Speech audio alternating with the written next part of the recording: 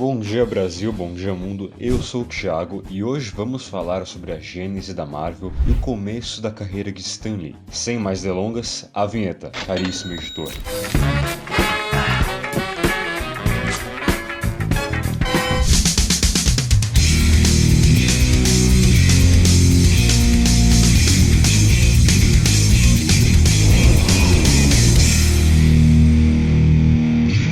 Antes da Marvel ser essa multibilionária subsidiária da multibilionária Disney, ela passou por longas, difíceis e atribuladas décadas como editora de quadrinhos e beirou a falência várias vezes. A Marvel foi criada em 1939, mas com um nome diferente, Timely Comics. Seu fundador foi Martin Goodman, que já era editor de revistas pulp e de faroestes desde o início dos anos 30. A primeira publicação foi a revista Marvel Comics número 1, que contava com os super-heróis Namor e Tocha Humana. Esse não era o Tocha Humana do Quarteto Fantástico. Nessa versão, ele era um androide chamado Jim Hammond. Na segunda edição, o título da revista mudou para Marvel Mystery Comics. O curioso é que foram vendidas apenas 80 mil cópias da primeira edição, enquanto foram vendidas 800 mil da segunda.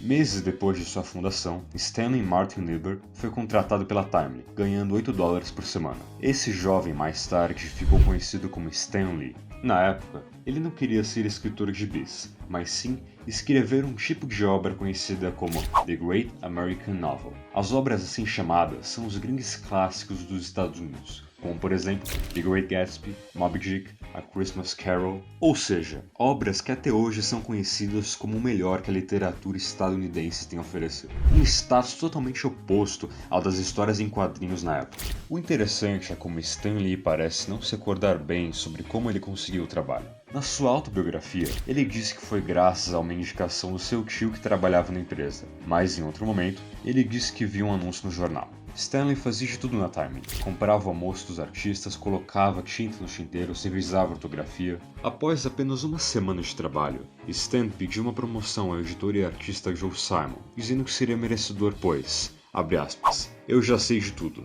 É claro que Joe Simon disse não. Mas em março de 1941, ele e Jack Kirby criaram um personagem que Stan Lee, posteriormente, usou na sua primeira história, o Capitão América. Em maio do mesmo ano, Joe deu a Stanley a chance de escrever o que na época era chamado de Text Story, histórias em textos datilografados de 2 páginas que, por decreto do Serviço Postal dos Estados Unidos, as editoras de quadrinhos eram obrigadas a colocar nas páginas de suas revistas. Ninguém lia aquelas histórias, mas Stan deu seu melhor mesmo assim. Simon disse que Stan trabalhava nessas 2 páginas como se fossem a Great American Novel que ele tanto queria escrever. A primeira text story escrita por Stan Lee foi intitulada Captain America Foils the Traitor's Revenge, lançada em Captain America Comics número 3. Como eu disse, Stan não economizou seu talento na publicação. Foi nessa história que ele criou o conceito do Capitão América lançando seu escudo ricocheteante. Bruce Timm, um dos criadores do universo animado DC, quadrinizou a história em 2014.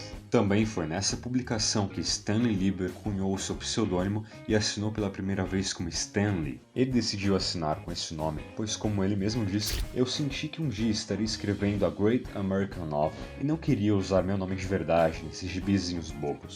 Devido ao tom oriental do nome, Joe Simon brincou, parece nome de lavanderia, já que na época, os imigrantes chineses eram conhecidos por abrir lavanderias. Inclusive, até hoje nos Estados Unidos, há essa associação entre chineses e lavanderias. If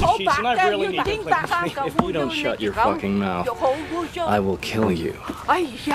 Stan ficou tão conhecido pelo seu pseudônimo que criava confusão. Ele ia a vários lugares onde todos o conheciam como Stan Lee e ninguém sequer sabia do seu nome de verdade. Ele disse que muitas vezes pensavam que ele estava usando cartão de crédito ou os documentos de outra pessoa, e para facilitar sua vida, ele mudou legalmente seu nome para Stan Lee. Mesmo assim, ele disse que gostava mais do seu nome de verdade, e que Stan Lee é realmente um nome muito estúpido. Eu amo Stanley Martin Lieber. Eu deveria ter virado político com um nome desses. No mesmo mês em que Stan escreveu a Text Story do Capitão América, ele já virou escritor dos gibis em si.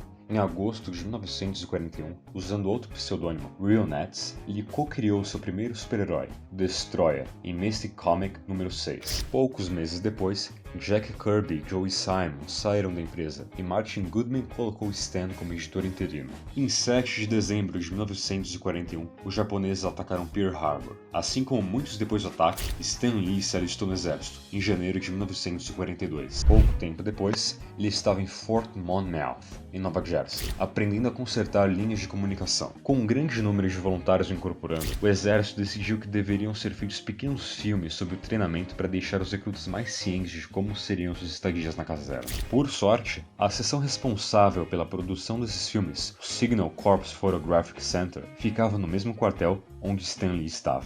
Os superiores de Stan Lee sabiam de seu trabalho como redator na Timely Comics, então o colocaram no Signal Corps, onde ele trabalhou lado a lado com o diretor Frank Capra, que já tinha ganhado e sido indicado a vários Oscars por filmes como It Happened One Night. Capra, 4 dias depois do ataque a Pearl Harbor, deixou de lado sua carreira para se alistar no exército e ganhou uma comissão que lhe dava patente de major. O então sargento Stanley Lieber também trabalhou com os cartunistas Charles Addams, criador da família Addams, e Dr. Seuss, que mais tarde criou Grinch. Dizem que o sargento era tão eficiente e rápido nas suas criações que pediram a ele que desacelerasse, pois seus colegas estavam parecendo ruins comparados a ele. E mesmo trabalhando no Signal Corps, Stan continuava a escrever para Time. Ele recebia cartas toda sexta-feira com os pedidos dos editores, escrevia as histórias no fim de semana e colocava elas no correio na segunda. Um dia, o escrituário do quartel esqueceu de mandar a carta dele. Stan pediu para o oficial responsável que abrisse a caixa do correio para que ele mandasse a carta, mas seu pedido foi recusado. Ele, então, pegou uma chave de fenda e abriu a caixa sozinho. Um tenente viu o que Stan fez e ele quase foi preso, mas um coronel que gostava do seu trabalho impediu que isso acontecesse. Em 1945, Lee saiu do exército e voltou a trabalhar na Timely. Logo após o seu retorno, ele criou um jeito novo de fazer gibis, criando uma linha de produção, onde cada um teria uma função na criação de cada página. Um escreve, um desenha, um pinta e outro finaliza. Essa prática era algo novo, pois na época, vários artistas escreviam e desenhavam sem que houvesse uma designação clara para cada um. Esse jeito de criar histórias ficou conhecido como Método Marvel. Apesar desse avanço, ao final dos anos 40, os super-heróis saíram de moda, e a Timely passou a se focar em outros temas como westerns, ficção científica e romances. Chegou a mudar de nome para Atlas Comics na década de 50, mas só foi se tornar a Marvel que conhecemos em 61, mas isso é história para outro vídeo. De qualquer forma, assim como a Marvel mudou de nome várias vezes, eu creio que seria adequado ao canal Dragão Robô mudar para uma administração mais competente e ajeitada, diferente da provida por Roberto e Jorge.